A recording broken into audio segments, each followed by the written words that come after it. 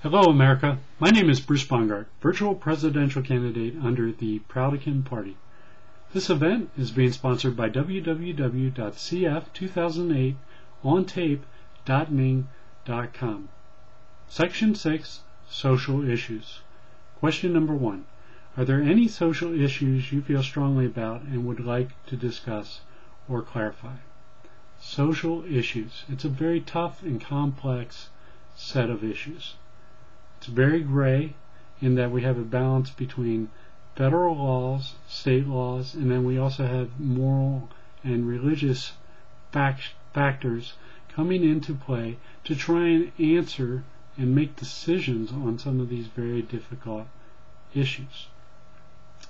For example, being Catholic, I am on the right side. I am pro-life in every sense of the word, in that I believe that life begins at the moment of conception. No exceptions. I am not for the death penalty. I do not believe in capital punishment because I believe that even the most hardened criminals are entitled to that sanctity of life value. Redemption, rehabilitation. Who am I personally the one to judge whether or not that person can be redeemed, whether or not that person can be saved? I don't think it's my decision. I don't think it's your decision. I know it is God's decision. And so that's the perspective that I'm on in that particular case. In terms of embryonic stem cell research, I'm not for that, but I am for adult stem cell research.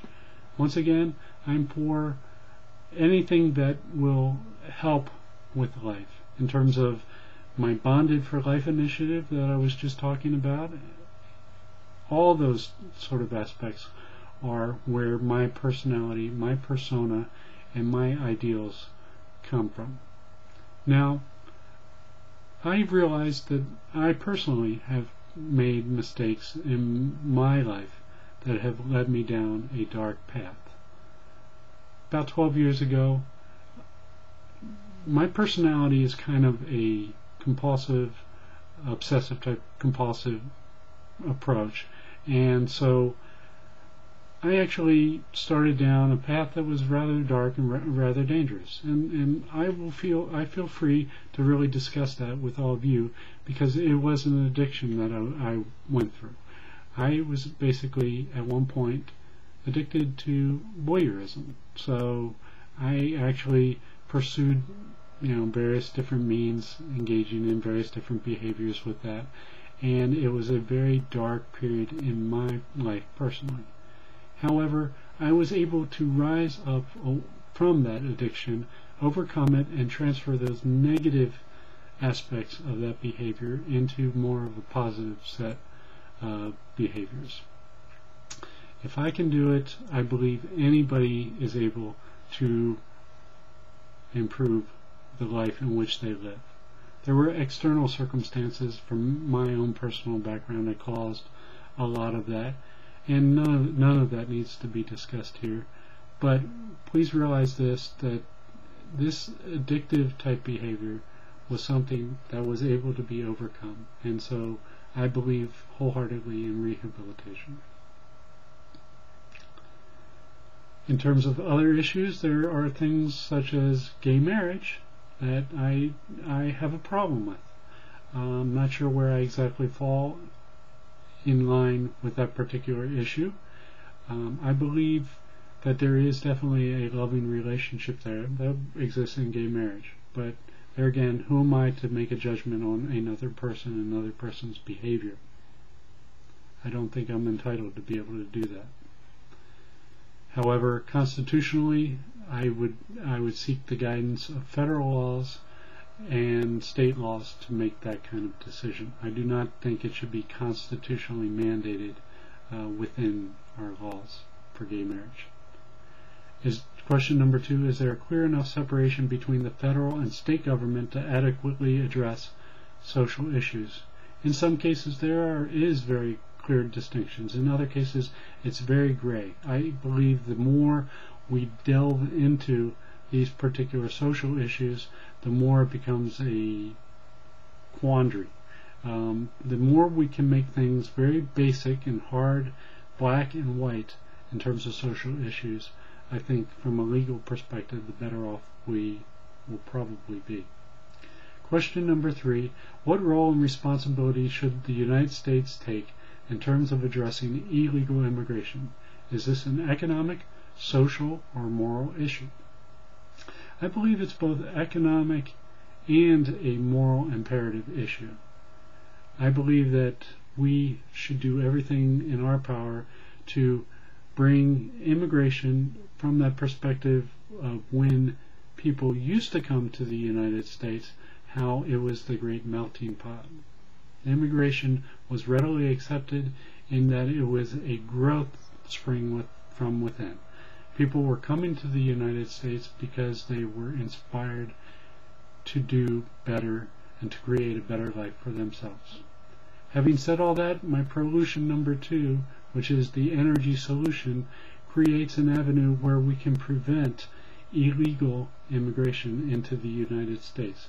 Basically by looking at, instead of a border solution, looking at it as a physical barrier technology solution, I think is the way to go. And then stressing cultural upbringing and education to elevate immigrants into a better standing within our individual states. Question number 4. What is your perspective or solution regarding illegal drugs and widespread drug use, both illegal and prescription, within the United States? Well, from that perspective, also prolution number 2 is that physical barrier that prevents widespread illegal drug trafficking into the United States. I believe we need to secure our borders. I believe that is the approach to go, an energy type of solution. I believe that we definitely have a problem in the U.S. with illegal drugs. We need to get that under control. We need everyone to work to eliminate that problem. It's a perception thing in terms of, do we want to have illegal drugs coming into the U.S., or on the other hand, getting to NAFTA and all that? Is there some sort of looseness that we can associate with that aspect of our society? My feeling is drugs, illegal drugs, bad. We need to do everything we can to eliminate that problem. Question number 5. How would you strengthen the role of family in an effort to reduce crime and violence in America? As I was talking about in prolution number 1, where I talk about having that extra day in the middle of the week, I think that creates a societal type change. I believe that extra day in the middle of the week basically reignites family. People are no longer focusing so much on a day-to-day basis on work. Instead, they realize that they would have this day off in the middle of the week in which they can kind of regroup. They can kind of come back together as a family, spend time together, do fun social things together. I think that, in essence, if we can implement that, will also help to reduce crime and violence in America. We'll be more concentrating on growth of families, growth of individuals, growth of productivity and efficiency in our workforces.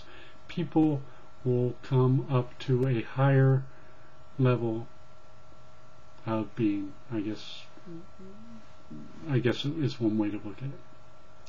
Having said all that, once again, I would like to say thank you very much for your attention. My name is Bruce Bongardt. Please take care.